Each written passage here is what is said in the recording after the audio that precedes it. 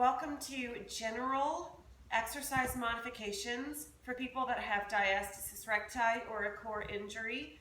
If you don't know if you have diastasis recti, please back up to the test video, the flat belly system test, to see if there is space between the muscles of the rectus abdominis.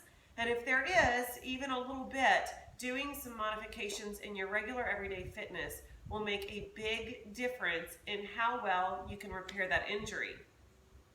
So first of all, I want you to think about your mindset. This is an injury and it's something that needs to heal. For instance, if you knew of a great runner that had severely injured his or her Achilles tendon, would you send them out to do sprints? No. So the issue is not whether or not you're strong enough to do the full exercise. The issue is that you have an injury and it needs to be repaired carefully, which means that for a while, you're going to need to modify some of the things that you do. Okay, so I'm going to go through some very basic exercises that you'll see at the gym and with different fitness programs and systems so that you have some kind of awareness of what to do. And let's start with legs. Anytime that you're working legs, you're working large muscle groups, and pretty much you're fine to work legs. Here's where the difficulty comes in with working them.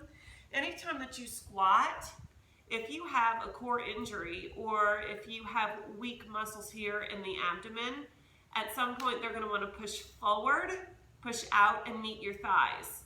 That is a no-no. So the muscles have to pull away from the thighs as you squat or as you do your lunges. Just make sure that you pull those muscles in and away from the thighs.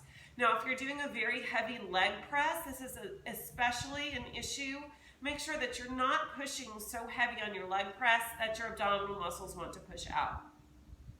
Okay, so when you go into sort of a wide-legged sumo style of squat, do an extra tuck for me. Tuck way under here in the pelvis so that when you drop down, you're not dropping like that. You're tucked under with the tailbone tucked in between your legs. Next body part, let's talk about arms. When you're doing arms or upper body, you're going to want to lift your weights to shoulder height. So here or here. And be really careful about your form because if this happens, then you're really hurting your core muscles. So go light enough to be able to control your form and stay upright in alignment as you've seen with some of my other videos so that you're not throwing weights around. For now, if you're doing anything overhead, it needs to be unweighted. I'm sorry, I know that you love shoulder presses, lat pull downs, and pull-ups, but those in particular can cause the upper portion to tear even more. So if you have any tear in your core, it could actually make it worse. And when I start adding exercise back into people's lives, a lot of times the pull-up and the lat pull-down are the last thing that we can add back in. Then let's go to things that we do on the floor.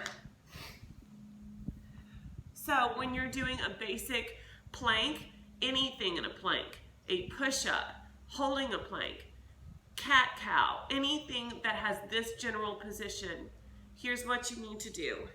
Start with your knees directly underneath your hip bones and your hands directly underneath your shoulders. Push up in between your shoulder blades and push down into your feet. That is going to make your core have to get strong and turn on and pull away from your clothes and away from the mat.